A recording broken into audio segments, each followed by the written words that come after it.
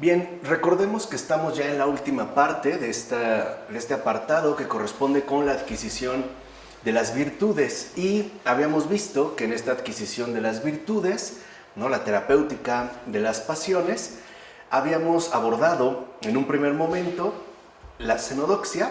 Tocaría hoy el turno al orgullo para que podamos ingresar, digamos, a la cima de esta adquisición de las virtudes, esta terapéutica de las pasiones, que correspondería de hecho con la humildad. Entonces, teniendo en cuenta lo que ya habíamos mencionado sobre la xenodoxia, toca hoy el turno a la terapéutica del orgullo. O sea, lo que va a estar en el centro en esta ocasión es la cuestión del orgullo. Lo primero que cabe destacar es que, al igual que sucedía en el caso de la terapéutica de la xenodoxia, también al hablar de la terapéutica del orgullo, habrá que tener en cuenta, sobre todo, que es necesario un conocimiento previo y detallado de esta pasión. O sea, tanto en la xenodoxia como en el orgullo, se hace necesario un conocimiento previo y detallado de cada una de estas dos pasiones. Ahora, cabe mencionar que el orgullo, a diferencia de lo que sucedía con la xenodoxia, no es ni tan sutil, ni tan multiforme, ni tan engañoso como sí lo es la escurridiza xenodoxia.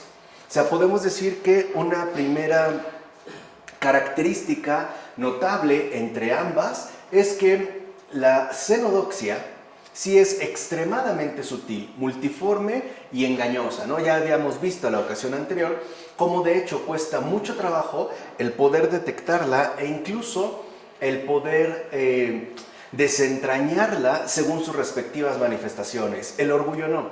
O sea, el orgullo es mucho más tosco, por decirlo de alguna manera, no es más notorio, e incluso no alcanza esta multiformidad que la xenodoxia sí posee, ¿no? Dirá San Juan Casiano: aprenderemos cómo evitar el veneno peligroso de esta enfermedad buscando, en primer lugar, tanto su causa como su origen.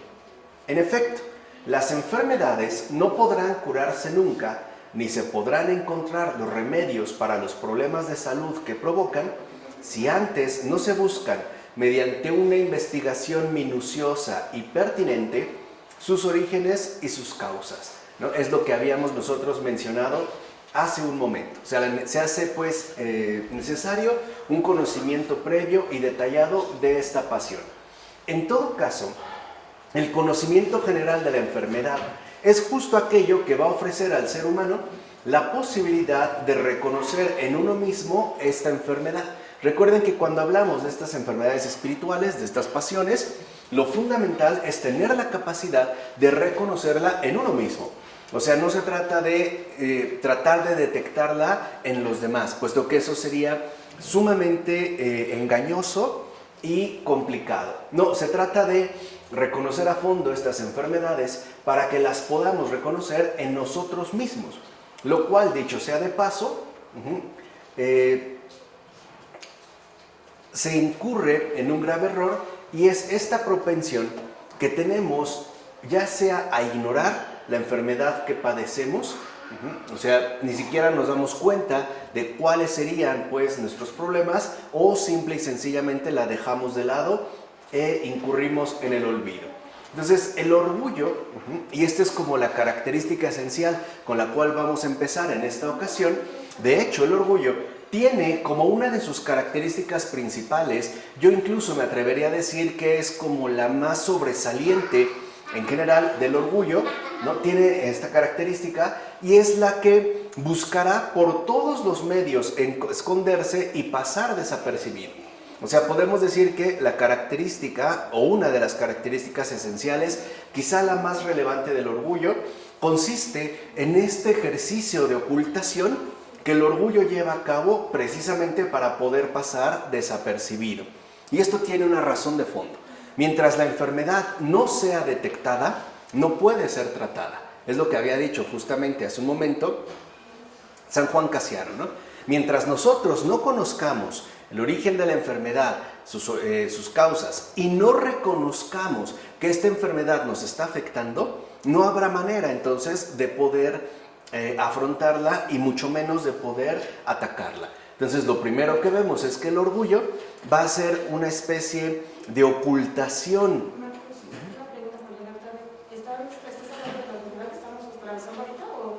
No, otra. Es otra cosa. Otra cosa, del orgullo. O sea, de que el orgullo, en efecto, ¿no? Les decía, lo que va a buscar es ocultarse para pasar desapercibido y entonces que nosotros no lo ataquemos, no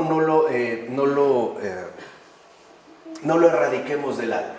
San Juan Clímaco observa lo siguiente a propósito de aquellos que están ciegos hasta tal punto que ni siquiera tienen ya conciencia del orgullo que los habita.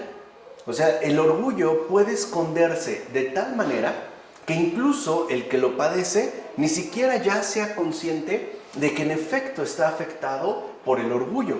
Y llegado a este punto, o sea, al punto de que ni siquiera se tenga conciencia de que estamos afectados por el orgullo, como observa San Juan Clímaco, habrá poca esperanza de salvación para estos enfermos. O sea, los que ya ni siquiera detectan los males que los aquejan, difícilmente podrán sanar. En primer lugar, porque negarán la presencia de esta enfermedad. Y en segundo lugar, no aceptarán que se les ayude para llevar a cabo su respectiva curación.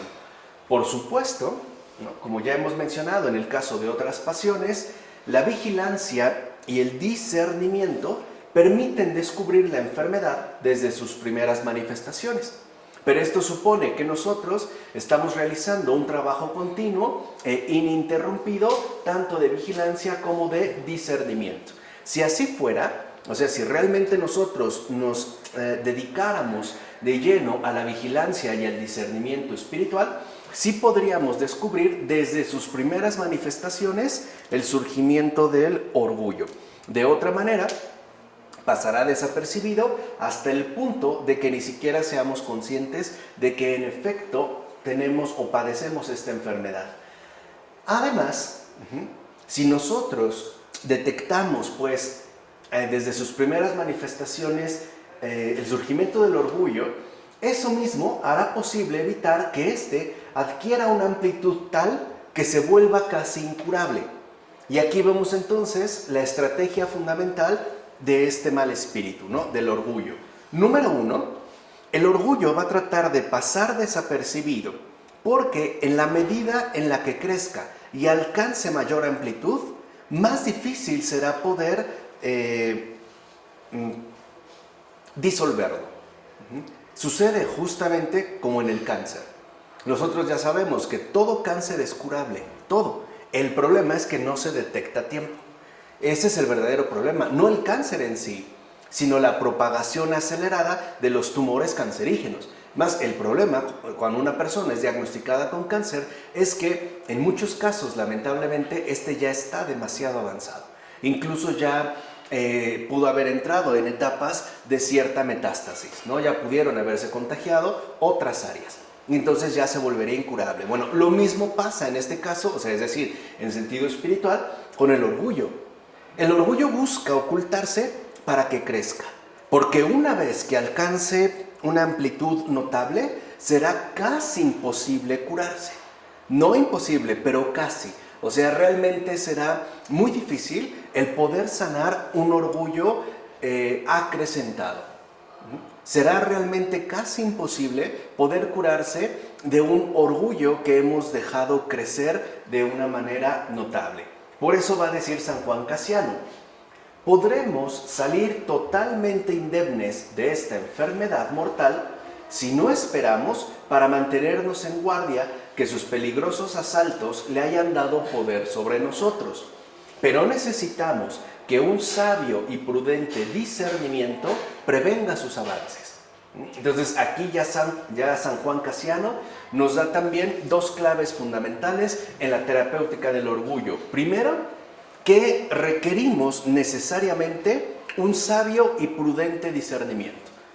Una cosa que, como ya hemos visto, podemos pedir al Señor por medio de la oración e irlo acrecentando con la práctica habitual. Y en segundo, el hecho de que lo fundamental en el caso del orgullo es prevenir a toda costa que éste avance, que éste crezca. De hecho, sabemos que incluso en el ámbito médico, en general, hay dos modos generales para abordar cualquier tipo de enfermedad: los remediales y los preventivos, ¿no? El remedial es cuando la enfermedad pues, ya apareció. Ya, ni modo, hay que hacer algo al respecto y entramos a diversos tratamientos o tratamos de utilizar algunos medicamentos en particular, etc. Ese sería el remedial. Pero también hay uno preventivo. Y el preventivo consiste precisamente en que uno se haga estudios más o menos frecuentes para tratar de adelantarse a la aparición de algún tipo de enfermedad. Entonces, lo primero que vemos es que aquello que nos va a permitir prevenir los avances del orgullo es el discernimiento. O sea, requeriríamos nosotros un trabajo serio de prevención. Porque, como vuelvo a repetir, en la medida en la que el orgullo pase desapercibido, este se irá creciendo. Y en la medida en la que crezca, será mucho más difícil combatirlo. Al punto de que, si llegamos, o mejor dicho, si dejamos pues que el orgullo alcance una dimensión enorme, será casi imposible curarse de él, ¿no? Así pues, mientras la enfermedad, o sea, en este caso en particular, el orgullo, no rebase ciertos límites, o sea, mientras nosotros estemos atentos a sus respectivas manifestaciones, la terapéutica, que va a corresponder en este caso, permanece accesible a los esfuerzos humanos. O sea, ahí todavía nosotros podríamos hacer algo por cuenta propia, es decir, según nuestros propios recursos, ¿no? Los cuales, dicho sea de paso, en efecto, van a tener que actuar siempre en varias direcciones. Y esto es algo importante, porque el orgullo no es lineal, sino que es multidireccional.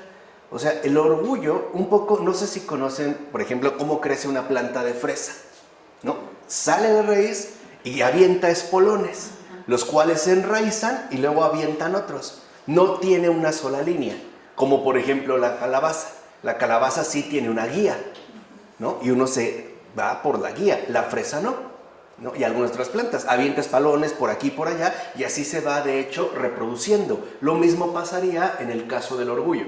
O sea, no solo va a seguir una sola línea, sino que va a dispersarse de varias maneras. Por eso estos recursos que nosotros de hecho podemos emplear tendrán que ser también aplicados en diversas direcciones. Por ejemplo, puede contribuir, ¿no?, a vencer la enfermedad el hecho mismo de saber que el orgullo, lo mismo que ocurría con la xenodoxia, estropea las virtudes y nos priva de la gracia divina.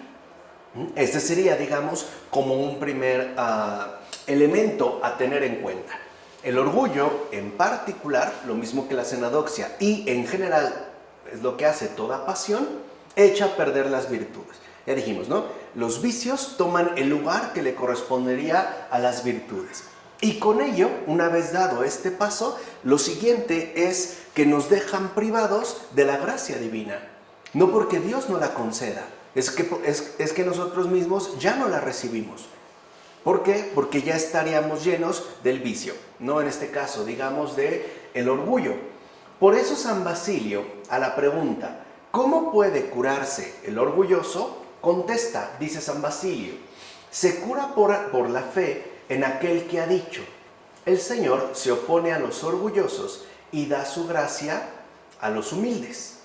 Como lo mencionó Santiago en el capítulo 4, versículo 6. Es decir, por el temor de la sentencia a la que se exponen los orgullosos. Entonces, el hecho de ya tomar conciencia de las consecuencias drásticas que traerá el orgullo para nuestra propia vida, puede servir como un elemento de mitigación. O sea, el saber que si nosotros no cortamos con el orgullo, lo que encontraremos es la oposición del Señor.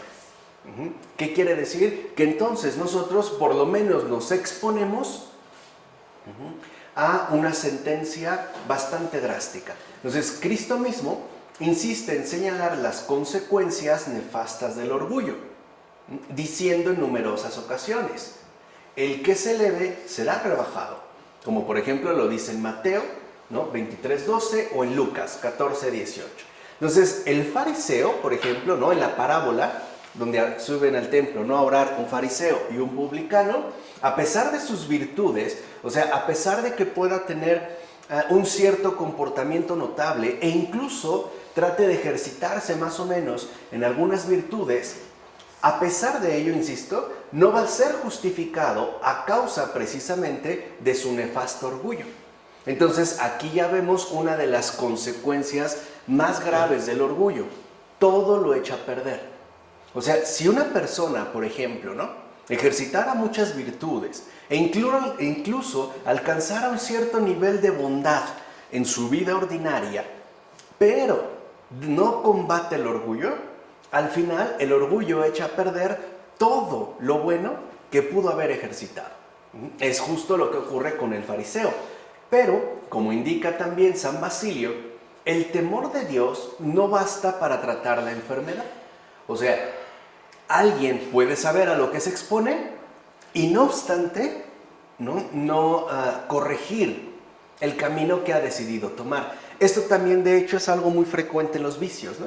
Hay personas que saben que lo que hace está mal, que las consecuencias que eso puede traer son graves, o la serie de problemas serios que puede contraer, y no obstante no rectifica, sigue igual, ¿no? O sea, y a veces no le importa, o a veces simple y sencillamente esas advertencias previas no tienen como la fuerza suficiente para hacerle reaccionar, ¿no? Lo mismo pasa aquí, porque puesto que el orgullo consiste en general en elevarse uno mismo en relación con los demás seres humanos y también en relación con Dios, no podremos curarnos de él más que esforzándonos por evitar elevarnos en todas las circunstancias por medio de anular la disposición habitual de esta pasión.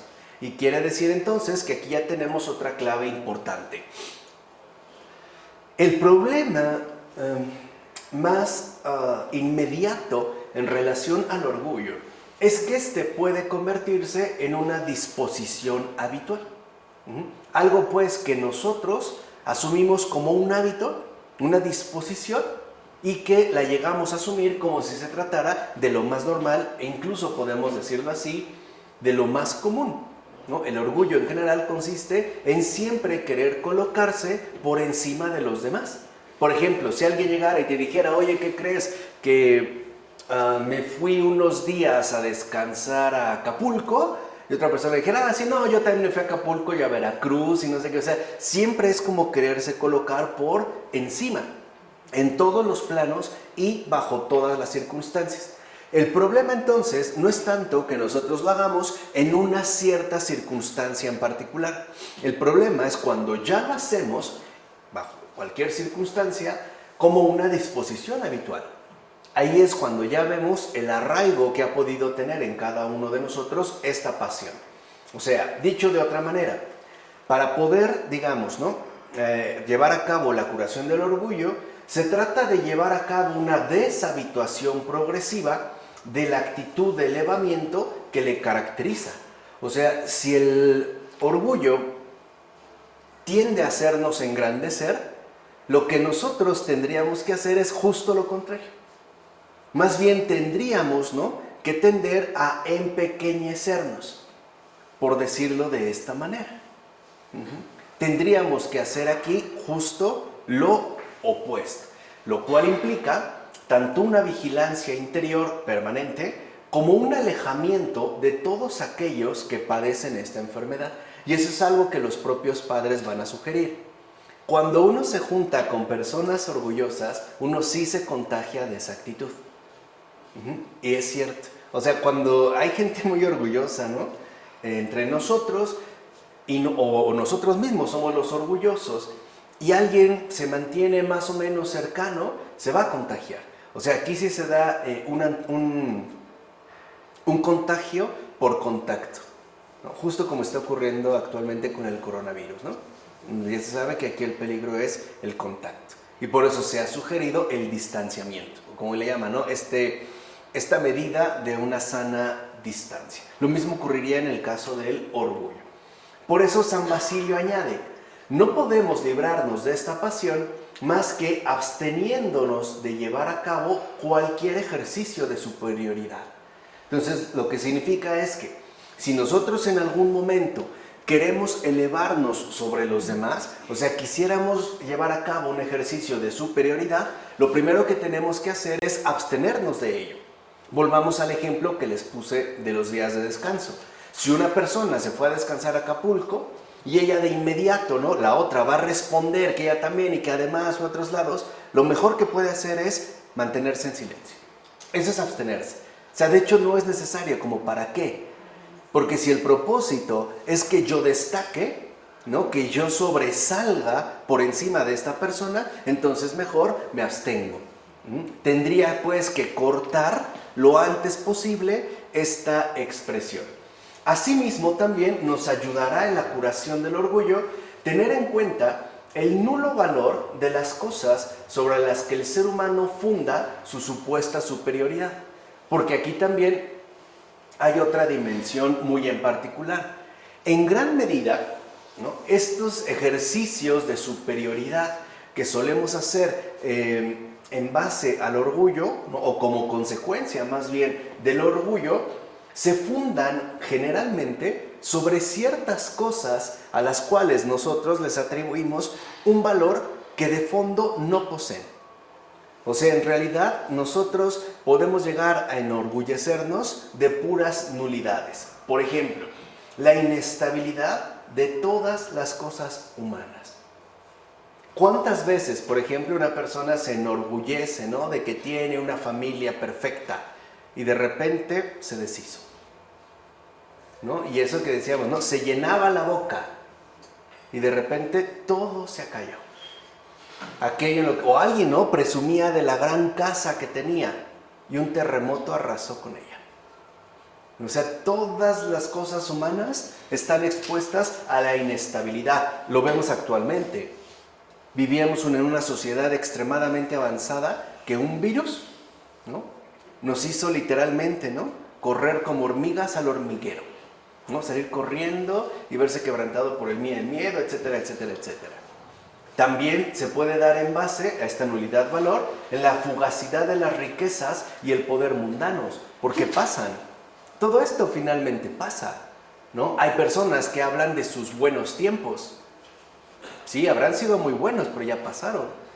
Hasta lo hacemos con la edad y con el cuerpo, ¿no? No, cuando yo era jovencita tenía una cinturita de este tamaño, ¿no? Ahora no se encuentra, ¿no?, por más que se busque. Pasó también.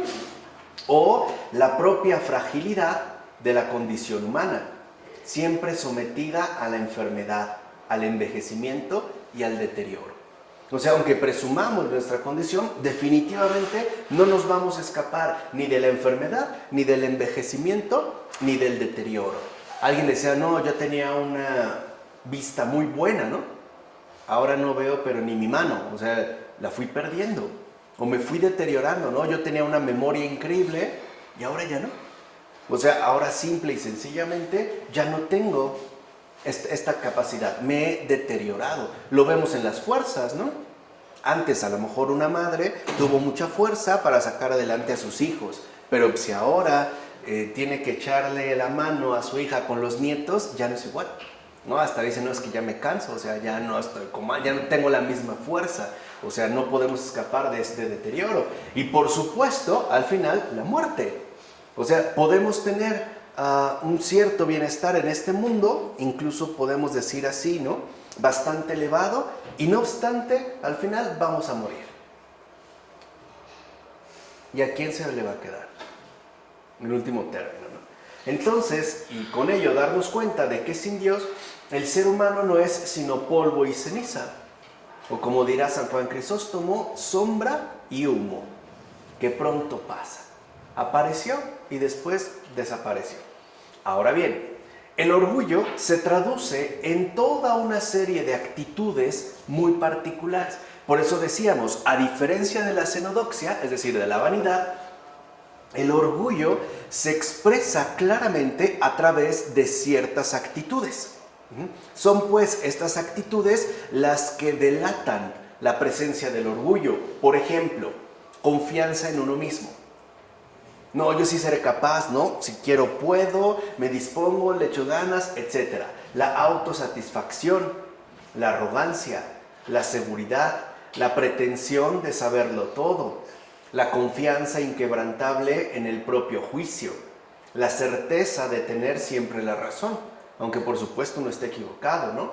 La manía loca de justificarse siempre, el espíritu de contradicción, la voluntad férrea de enseñar e imponer, la voluntad férrea de mandar y sobre todo la negativa rotunda a obedecer.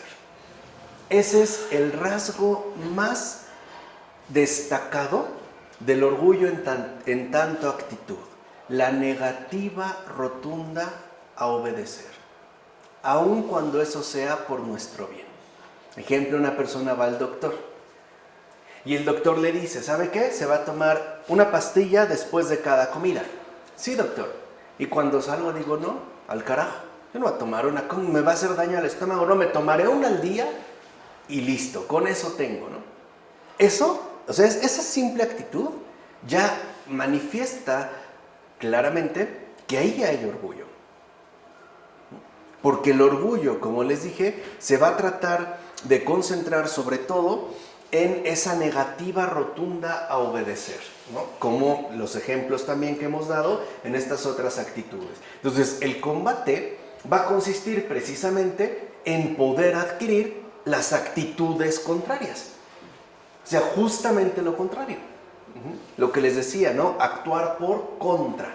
En efecto, despreciar la propia voluntad, desconfiar del propio juicio, evitar siempre la autojustificación, censurarse a uno mismo, no contradecir, renunciar a mandar, negarse a imponer, censurarse siempre a uno mismo, es aquello que manifiesta la anulación del orgullo. Entonces, si el orgullo, pues, trata de fomentar en nosotros ciertas actitudes, para poder curarnos del orgullo, tendremos que hacer justamente lo contrario. Tendríamos que hacer, en este caso, lo opuesto. O sea, tratar de habituarnos a las actitudes contrarias. Por ejemplo, el despreciar la propia voluntad. Si algo no salió como yo quiero, bueno, pues tampoco tengo que reclamar. No todo está sometido a mí, ni tampoco a la imposición de mi propio juicio, ¿no? O a la autojustificación permanente para no reconocer, por ejemplo, las propias fallas, ¿no? O por lo menos también desconfiar de uno mismo. No sé si soy capaz, más bien pues confío en el Señor o qué sé yo. Pero trabajar pues en la anulación del orgullo. Entonces vemos cómo habrá que ir adquiriendo poco a poco, pero de una manera real y constante, las actitudes contrarias a las que conduce el orgullo. O sea, tendríamos que llevar a cabo un proceso también complejo de deshabituación.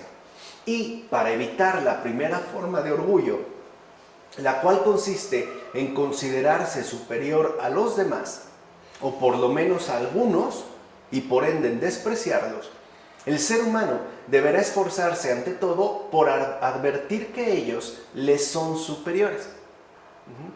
Para un orgulloso esto es casi imposible. De hecho, muchos lo descartarán de entrada.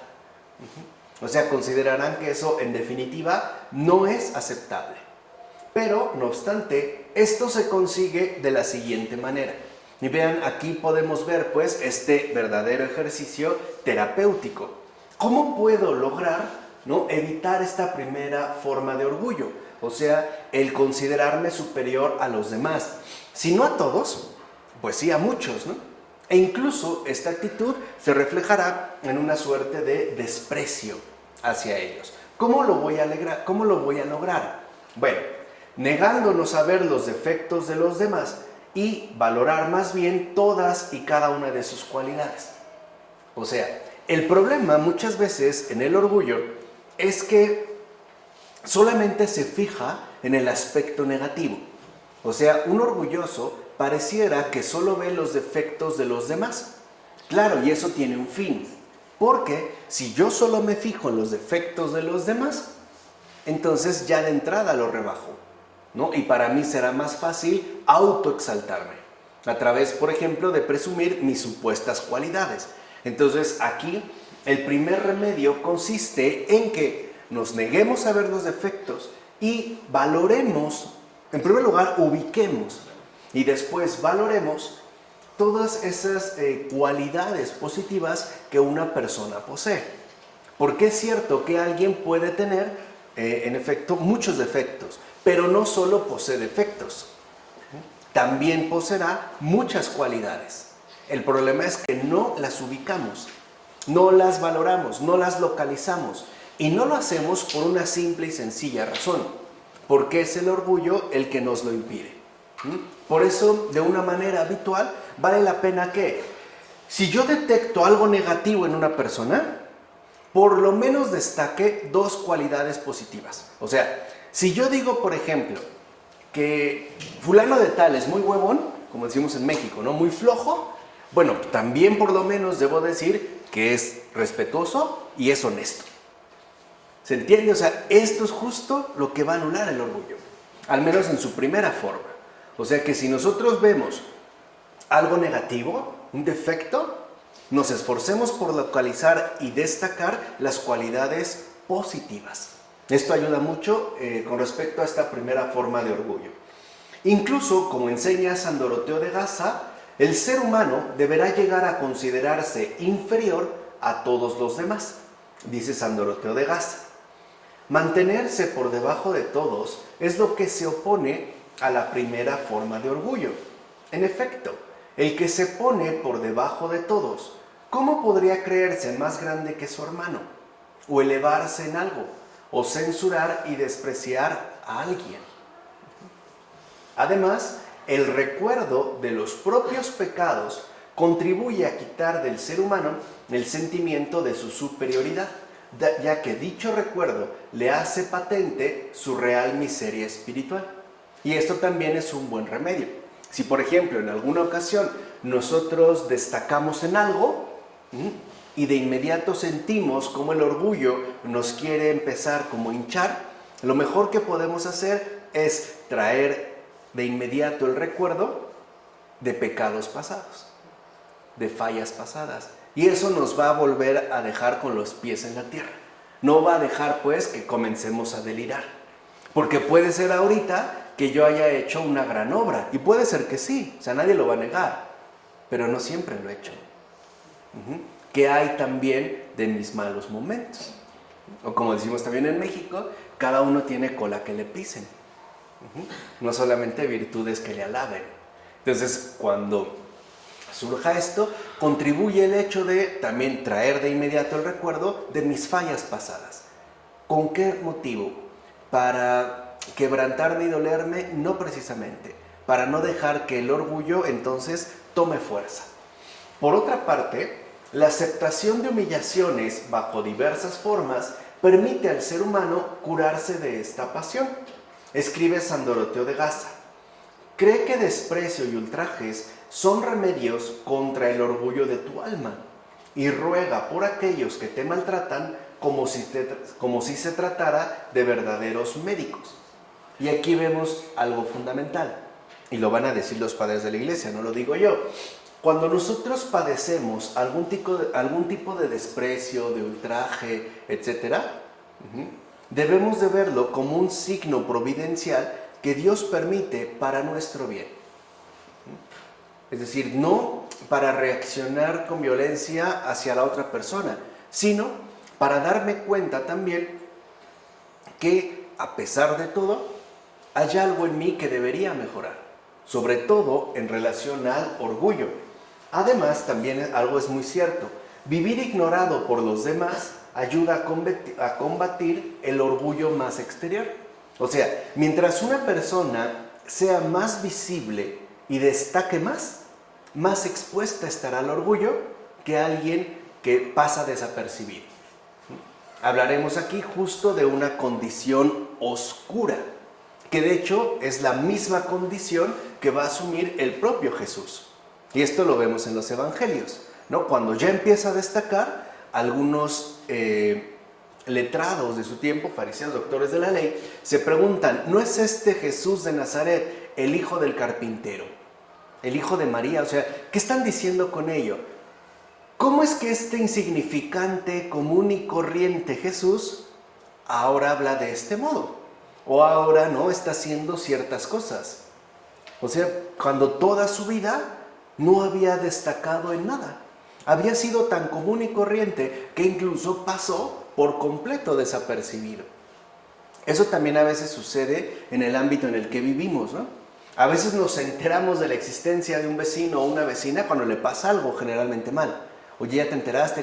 ¿Quién es? Ay, ¿no la viste? Pues la de la... No, nunca la vi, o sea, pasó en una condición oscura. Bueno, si nosotros vivimos ignorados por los demás, estamos mucho más a resguardo del orgullo. Pero, si nosotros destacamos en lo que sea, que es a lo que parece apuntar el mundo contemporáneo, a sobresalir, ¿no? Por ejemplo, a ser influencer, youtuber, tener miles o millones de seguidores, likes, etcétera, ¿no? Estar siempre delante. Entonces, estamos mucho más expuestos al orgullo. Pues, como indica San Juan Clímaco, el orgullo visible se cura mediante una situación oscura de vida.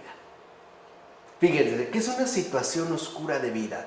Una vida de lo más común y corriente, que no sobresale para nada, que no busca para nada llamar la atención, que no busca destacar, que no busca presumir, que simple y sencillamente, ¿no?, se mantiene, por decirlo, en esa zona gris de la cotidianidad humana.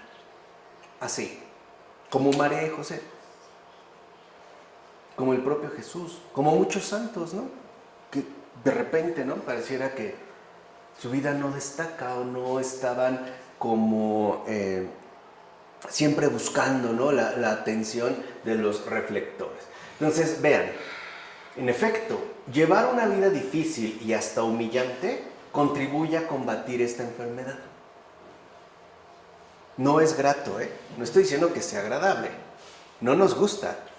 A nadie le gusta llevar una vida difícil y hasta humillante, no es cierto, pero sí tiene algo bueno.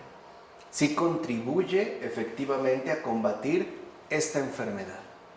Y nosotros lo sabemos, incluso por puro sentido común. Porque no olvidemos que las condiciones materiales de la existencia, o sea, nuestro modo material de vivir, tiene cierta incidencia, de hecho bastante asentada, sobre el estado interior de una persona. No es lo mismo, por ejemplo, una persona que haya nacido con todas las comodidades a alguien que no haya tenido ni cama para acostarse. O sea, su estado interior será muy diferente, incluso en las actitudes, ¿no? No es lo mismo una persona que siempre ha tenido de comer a alguien que ha pasado hambre. La que siempre ha tenido de comer se puede volver hasta melindrosa y chocosa, ¿no? Ay, esto no me gusta. Y el otro no le pone pero. Ya no tiene ahí, digamos, dificultades, ¿no? Entonces, aquí lo que vemos es que esto va a ayudar a disipar la ilusión de autosuficiencia vinculada al orgullo. Entonces, lo que debemos entender es que lo que nosotros vivimos en este mundo no solo tiene una dimensión inmediata, sino que también está atravesada por una dimensión espiritual. Dicho de otra manera, todo lo que vivimos en este mundo también está en relación con lo que Dios quiere para cada uno de nosotros. Claro, lo evidente es lo material, lo espiritual ni se ve, y por eso puede ser que no le demos importancia, ¿no?, o que creamos que nuestra vida efectivamente ha sido muy difícil y hasta humillante. Es cierto, sí, pero también deberíamos de destacar qué frutos espirituales se han sacado de ahí.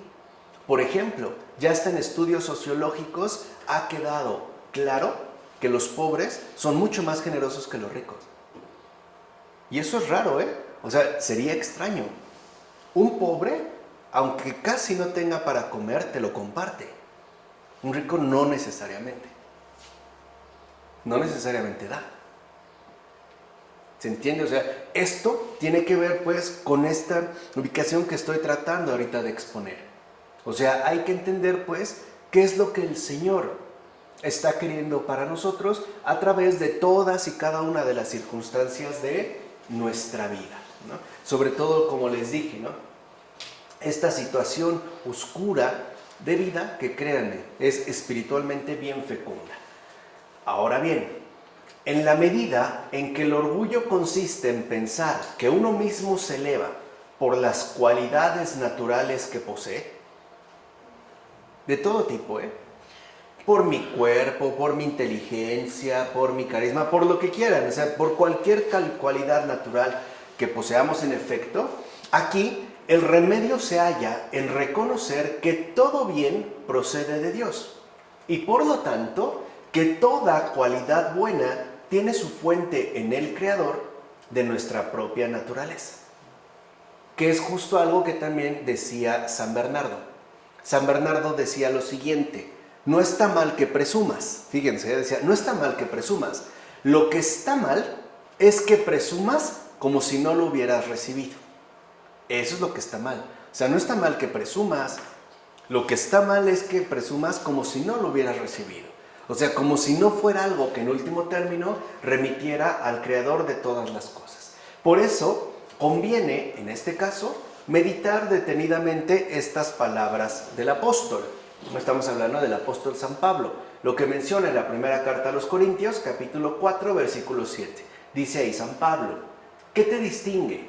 ¿Qué tienes tú que no hayas recibido? Y si lo has recibido, ¿por qué te glorías como si no lo hubieras recibido? O sea, al final, ¿qué es lo que realmente tienes tú como propio? Si todo se te ha dado, hasta la vida, no es algo que puedas decir mío. De ahí que Evagrio Póntico haga notar esto al orgulloso. Dirá Evagrio: eres una criatura de Dios, no repudies a tu Creador. Porque eso es de fondo lo que el orgullo pretende, repudiar al Creador, ¿no? Y San Juan Clímaco dirá: todo lo que te ha sucedido desde que naciste, igual que el mismo nacimiento, te lo ha dado Dios. A veces este tipo de situaciones, ¿no?, nos pueden parecer extrañas.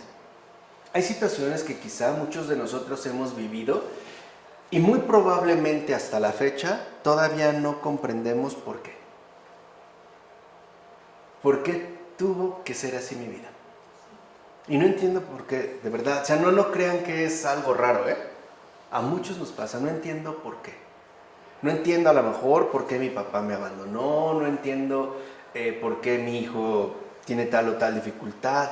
No entiendo por qué. Y de verdad, no entiendo por qué. Pero aquí hay una clave. A veces lo sustancial para entender a Dios no está en por qué, está en para qué. No por qué. El Señor casi nunca nos explica el por qué, pero sí nos puede ayudar el para qué. O sea, ¿con qué finalidad? ¿Cuál es la finalidad de todo esto? ¿Qué es, en pocas palabras, lo que pretende el Señor? ¿Qué pretende? No entiendo por qué, pero tal vez sí puedo captar para qué. Esto sí. O sea, no tendríamos que quedarnos atorados en la búsqueda de una respuesta, por así decirlo, antecedente, ¿no? De antes, ¿no? Tendríamos que dirigir nuestra atención hacia lo que sigue, como para qué. Como para qué es que, digamos, esto ha surgido, o por qué es que Dios mismo es el que me lo ha dado. No solo la vida a secas, sino la vida concreta que he llevado, con todas las situaciones que han ocurrido. Porque a veces ahí nos metemos en problemas, ¿no? Hay personas que quieren como que rescatar a Dios, ¿no? No hacerlo quedar en mal. No, es que eso no te lo mandó Dios, ¿no? Eso fue tú mismo por no sé qué. Y uno dice, pues, ¿cómo? ¿No? O sea, ¿qué le hice a mi papá cuando tenía 2 meses como para que me abandonara, por ejemplo, ¿no? No. O sea, si pasó, Dios también tiene algo que ver ahí.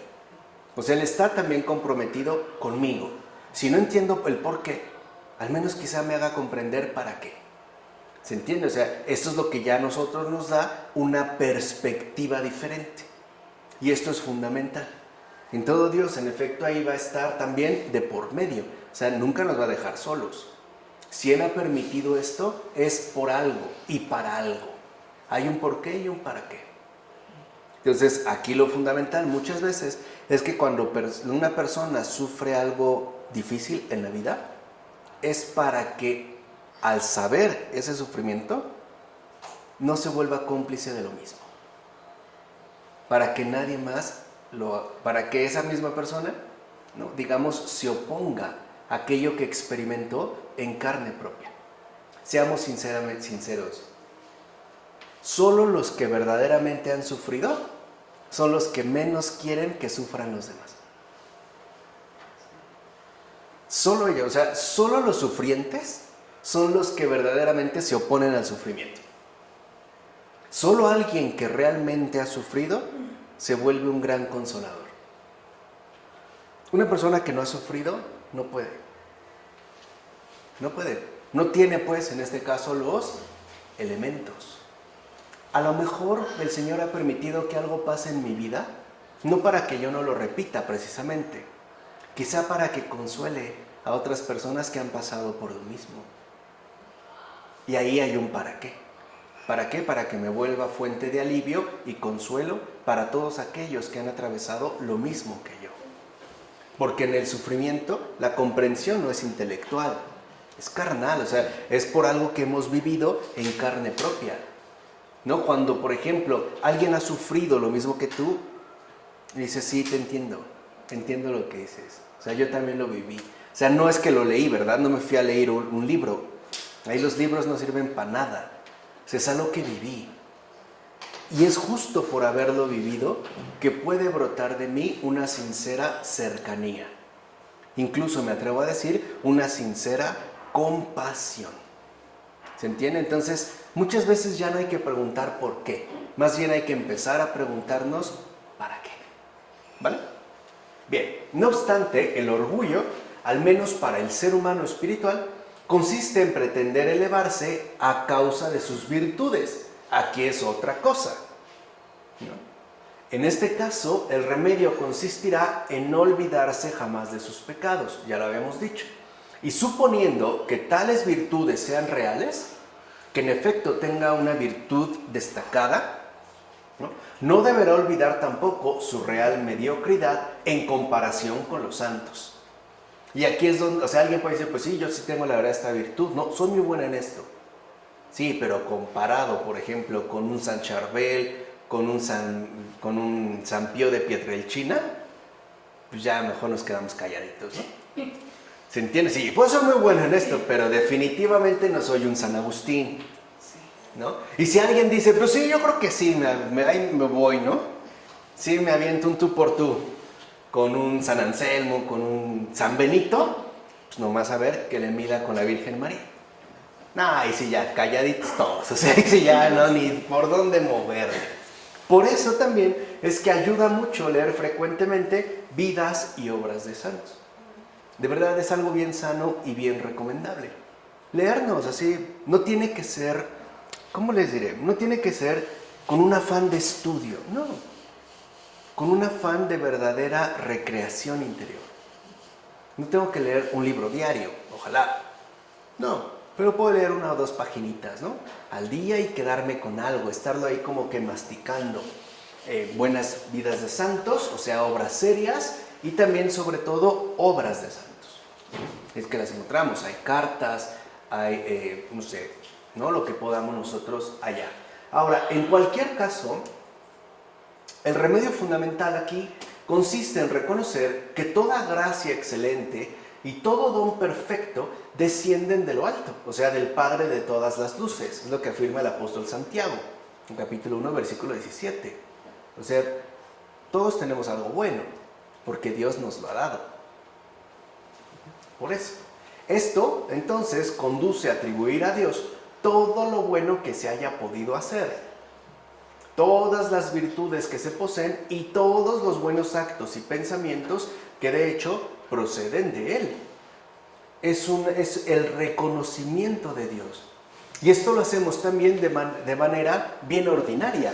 O sea, por ejemplo, si alguien solicita nuestra ayuda en lo que sea, y nosotros respondemos adecuadamente, es decir, le ofrecemos la ayuda que está pidiendo y nos dice gracias, hoy ya no es tan común.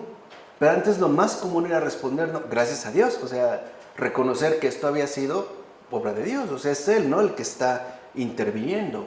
Esto hacía presente a Dios de una manera muy explícita.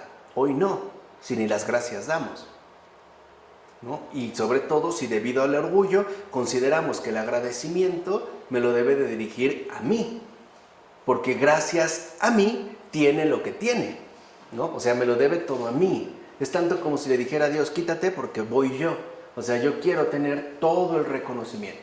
Pero esto es justo obra del orgullo. Como hace notar Evagrio, no tienes nada que no hayas recibido de Dios. Reconoce a quien te ha dado todo y deja ya de ensalzarte. Es Dios quien te ha ayudado en todo. No reniegues, pues, de tu bienhechor. Entonces, ¿quién es el verdadero bienhechor de todos? Dios mismo. A través de otros. Pero al final es Dios. Es Él. Es lo que yo una vez les había comentado, ¿no? Ahí se ve el amor, ¿no? Cuando San Juan dice Dios es amor, está diciendo esta realidad muy concreta. Es el bienhechor de todos.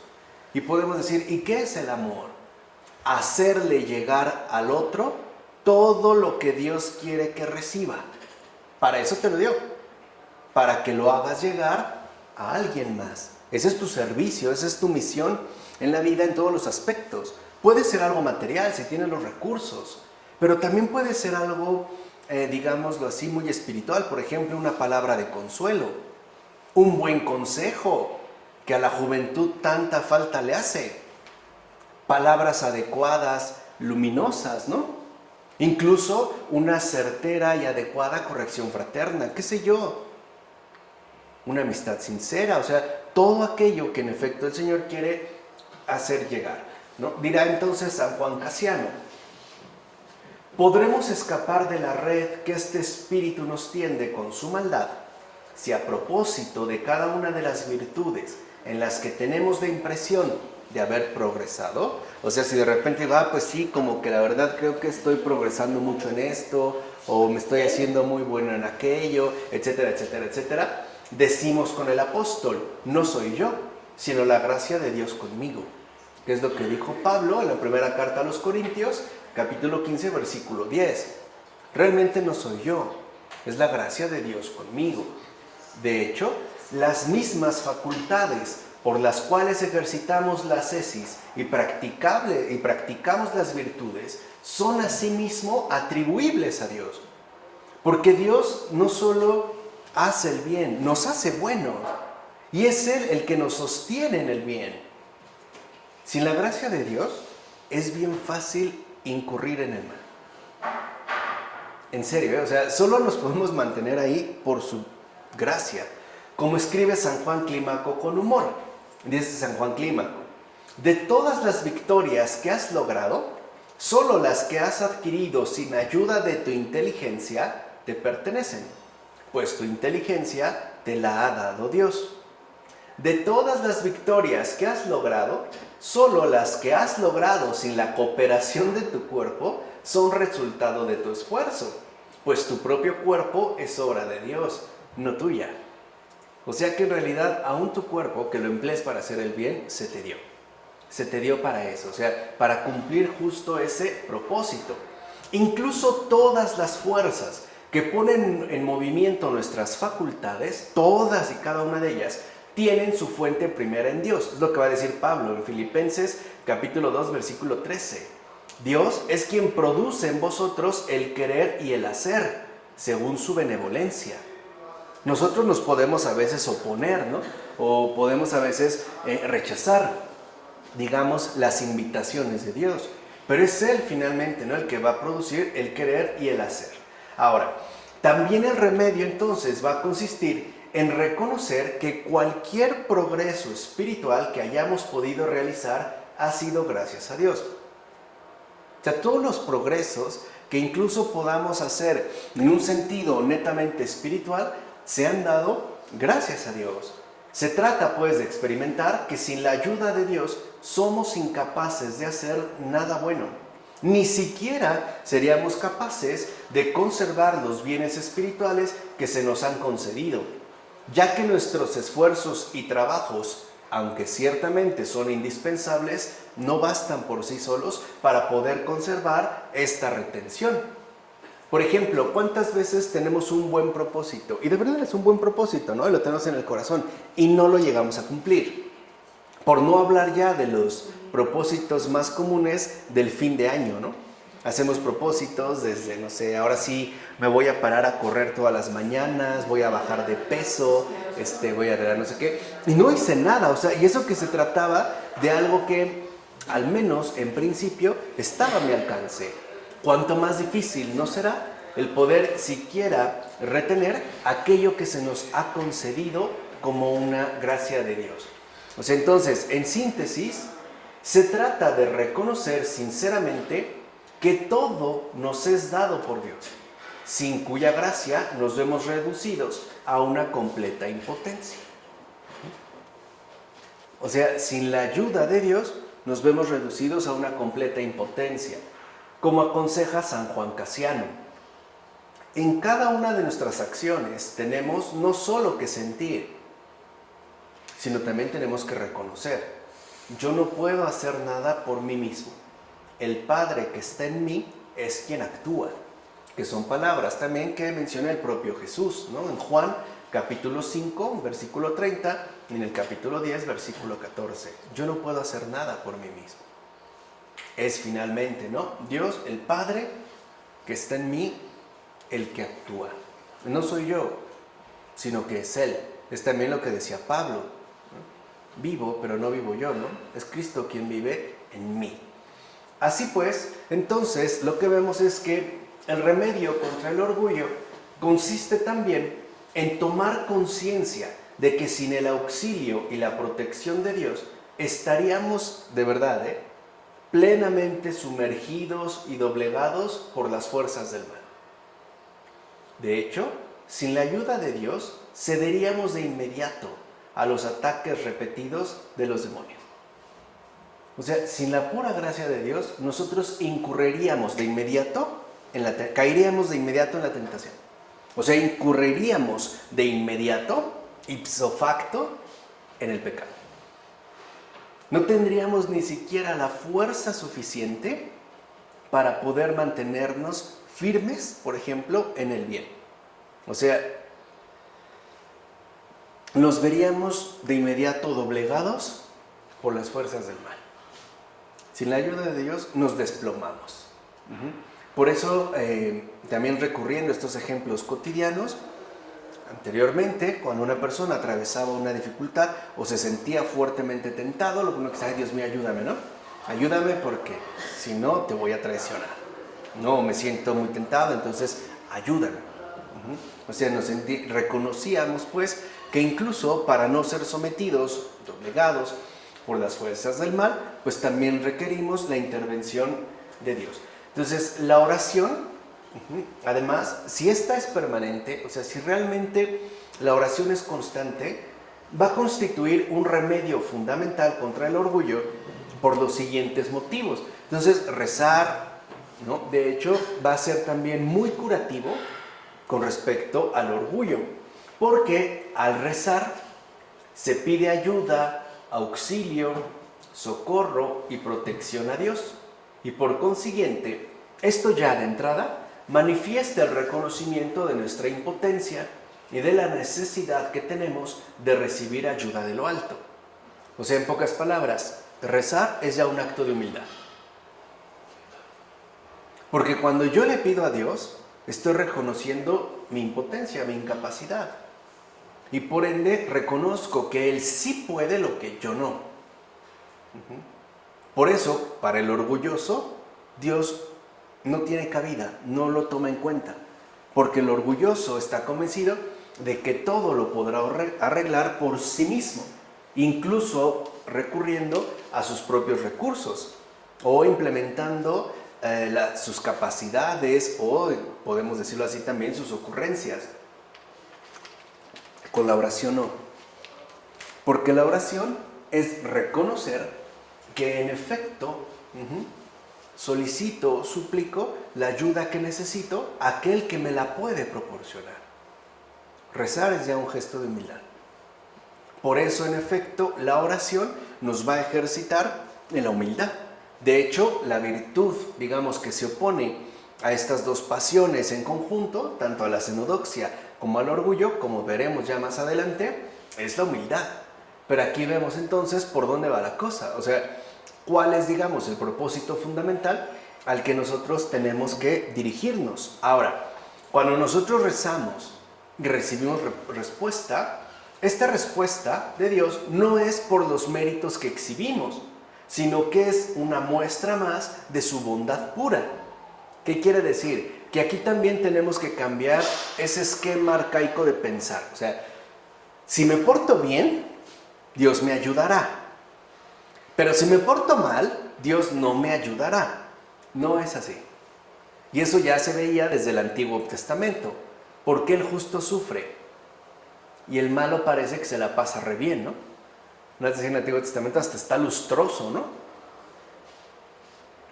O sea, ¿por qué pareciera entonces, pues, que al bueno le va mal y al malo le va bien? ¿No? Y ahí también entran como malos circuitos. Y a lo mejor incluso no sería nada raro que nosotros conozcamos algunos ejemplos, ¿no? De algo así, donde al bueno le va mal y al malo le va bien. No es así. O sea, la respuesta, pues, entonces, que nosotros recibimos no tiene que ver con los méritos que exhibimos. Por ejemplo, me he portado muy bien, hice esto y aquello, etc. No. En realidad debemos de reconocer que esto es obra, ¿no?, de una bondad pura. Es decir, de Dios mismo. No se trata de una condición. No es que yo tenga que hacer esto para obtener aquello. No es un negocio. No estoy pagando, ¿no? Es como decir, a ver, ¿cuántos Padres Nuestros por este milagro, no? Y bueno, ¿y cuántas Aves Marías para que vaya bien surtido? No, no es un negocio, no es un intercambio. Es un don. Y el don más bien nos coloca en la dinámica de la receptividad. O sea, lo importante al rezar es la disposición a recibir lo que Dios me ofrece. Si Dios, si yo le pido algo a Dios y no lo recibo, es porque el Señor me va a dar otra cosa mejor, pero no necesariamente en continuidad con lo que yo solicité.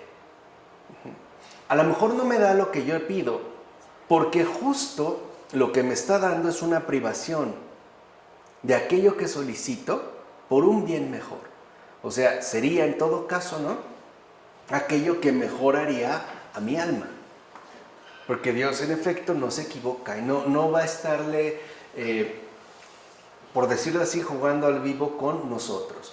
Dicho brevemente, si algo no es para nuestro bien personal, no se nos va a conceder. Si algo nos puede dañar, no nos lo va a dar. Y eso es algo que también, por cierto, nosotros hacemos. Si viéramos que un niño, por ejemplo, toma una botella llena de veneno para ratas y se la va a tomar, ¿se la dejamos? No, se la quitamos. ¿Y si llora? ¿Y si me hace berrinche? ¿Y si me patea? Ya por eso le digo, no, ya, toma. No, y si me dice, te odio, no me quieres, ¿por qué? Ni modo, no se la doy. Lo mismo es Dios con nosotros. Y no se la damos por una simple razón, porque eso le va a hacer daño, lo va a matar, no le hace bien. ¿Se entiende? Lo mismo pasa con nosotros. Por eso siempre es importante la apertura. O sea, ¿a qué voy? Dentro de esta dinámica de la receptividad. La apertura es, yo le puedo decir al Señor, Señor, a mí me encantaría que me concedieras esto, pero ¿tú qué dices? ¿Se entiende? O sea, no me quedo cerrado a lo que solicito, me abro a lo que Él disponga. De tal manera que si lo recibo, bien, si no lo recibo, también. ¿Tú qué dices? Es pues también necesaria la apertura. Entonces, la oración de gracias, no solo la de petición, también la de gracias, también va a permitir vencer el orgullo. En efecto, en la oración de acción de gracias se reconoce inmediatamente que es Dios y no uno mismo el único bienhechor. O sea, uno, en todo caso, el que ha recibido el beneficio, es el indigno depositario de sus bondades. Uno lo reconoce así. Porque seamos sinceros, yo recuerdo este textito de Dietrich von Hildebrand, que se titula La gratitud. Y él ahí justo decía, bueno, ¿qué es realmente la gratitud? Reconocer que algo me ha sido dado, aun cuando no lo merecía. Solo así puedo agradecer. O sea, si yo realmente digo, es que esto yo me lo merecía, no lo agradezco. Al contrario, lo exijo, lo reclamo. Pero si yo, con sinceridad, reconozco que aquello no lo merecía y aún así se me dio, entonces sí puedo dar gracias. Aquí vemos cómo se contraponen estas dos actitudes, ¿no? Por un lado, tendríamos un orgullo que rechazaría el reconocimiento de lo concedido, y la humildad que en efecto reconoce aquello que se nos ha obsequiado, aquello que se nos ha dado, aún sin merecerlo. Como explica San Doroteo, la oración continua se opone a la segunda clase de orgullo, pues el que ruega a Dios sin cesar conoce la fuente de cualquier buena obra que le sea dado realizar. O sea, cuando nosotros nos ejercitamos constantemente en esta oración continua, nos opondremos a esta segunda forma de orgullo. Y dice San Doroteo, y no puede concebir orgullo por ella ni atribuirla a sus propias fuerzas. Atribuye pues a Dios toda obra buena y no dejes de darle gracias e invocarlo en todo momento, temiendo siempre que la pérdida de semejante auxilio te revele tu propia debilidad e impotencia, que a veces el propio Señor permite. ¿Para qué? Para que crezcamos en el combate contra el orgullo. A veces sí, de hecho, va a permitir que experimentemos nuestra propia debilidad e impotencia con ese fin. Entonces, el papel de la oración consiste sobre todo en pedir la ayuda de Dios para verse libre de tal enfermedad. O sea, también es muy importante que nosotros le pidamos de manera constante y frecuente, de manera continua, a Dios mismo que nos libre del orgullo. Porque como dijimos, ¿no? Se oculta, se esconde, y si nosotros dejamos que crezca, va a ser casi imposible eliminarlo. Sobre todo, al tener en cuenta que esta pasión, es decir, el orgullo, mucho más que las demás pasiones, se sustrae totalmente a la acción terapéutica de los seres humanos. O sea, a una persona orgullosa, solo Dios, en una intervención directa, por decirlo así, ¿no?, la puede curar. O sea, humanamente hablando, una persona orgullosa está perdida. Ya no se puede aplicar con ella ningún remedio netamente humano, como señala repetidamente San Juan Clímaco. El orgullo invisible solo puede curarlo aquel que es eternamente invisible.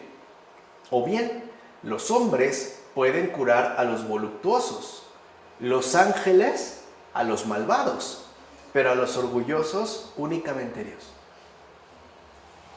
O sea, es tan grave, pues, el orgullo, que su respectiva curación compete única y exclusivamente a Dios mismo. Ni los ángeles pueden. Vean, o sea, para que vean, digamos, aquí la gravedad que implica en efecto el orgullo. Incluso los ángeles, ¿no?, podrán, como dice San Juan Clímaco, curar a los malvados, aquellos que en su corazón tengan maldad. Pero si emerge o aparece por ahí un orgulloso, únicamente Dios lo va a poder curar. Sabemos que en los demás casos también por su gracia, pero aquí me refiero a un modo mucho más directo y explícito. Ciertamente, la mayoría de los medios que hemos presentado para curar el orgullo son también medios para adquirir la humildad, que es lo que yo les comenté hace un momento. Aquí lo fundamental, ¿no?, al aplicar todos estos medios que ahorita nosotros hemos mencionado, es adquirir la humildad.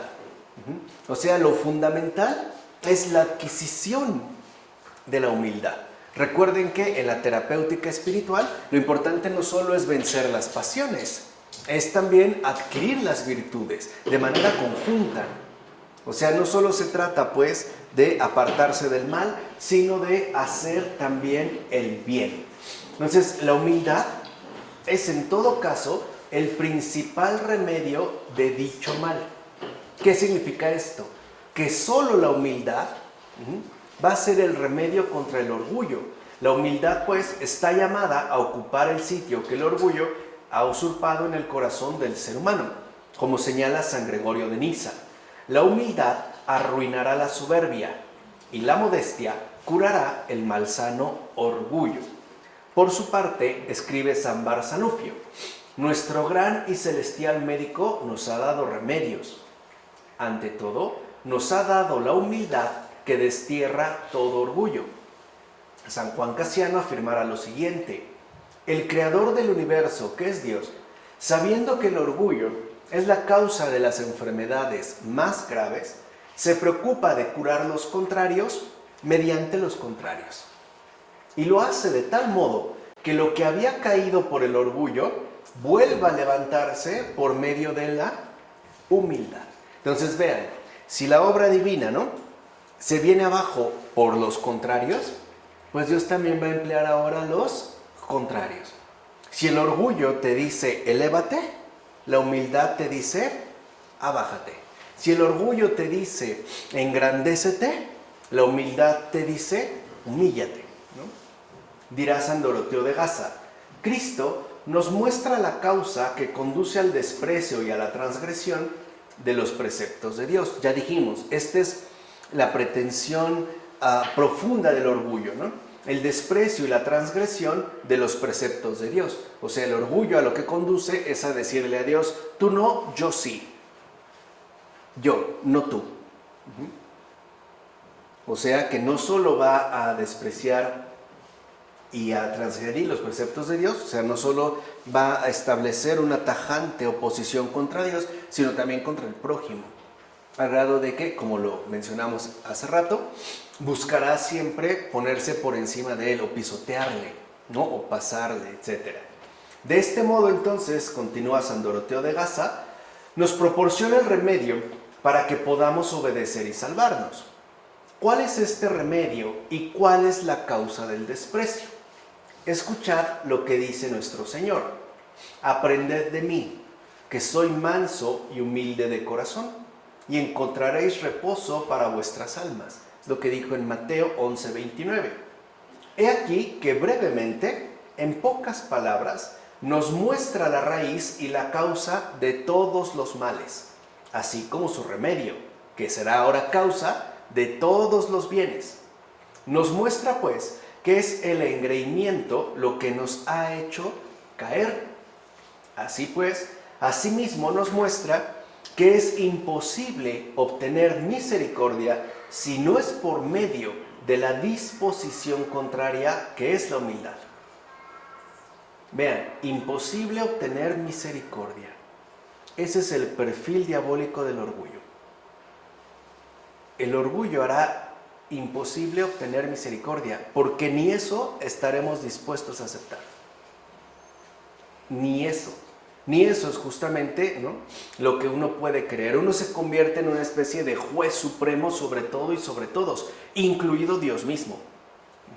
Entonces lo que vemos es que el remedio fundamental y la enseñanza que ha destacado San Doroteo en relación con el propio Jesús es este llamado a ejercitarnos en la disposición contraria, que es la humildad. Ahí es donde entraría, en efecto, el punto culminante. Entonces, en consecuencia, lo que a continuación veremos, es decir, la siguiente ocasión, es en qué consiste esta corona de salvación. Esa es la humildad. O sea, la humildad es una corona de salvación que es efectivamente, ¿no?, la más virtuosa de todas las virtudes, ¿no? Así como el orgullo es la causa, ¿no?, de todos los males, la humildad ahora se va a convertir en la fuente de todos los bienes. Por eso el Señor lo que nos propone es un cambio radical: renunciar a todo mal para poder acceder a todo bien. Aquí es donde vemos que se va a dar una especie de dinámica contraria del todo por el todo. Acabar con el orgullo es aceptar todos los bienes, es trabajar por esta corona de salvación. Por eso ya la siguiente ocasión de lo que nosotros hablaremos es de esta corona, que es la humildad. Vamos a dejarla hasta aquí. En nombre del Padre, del Hijo, del Espíritu Santo.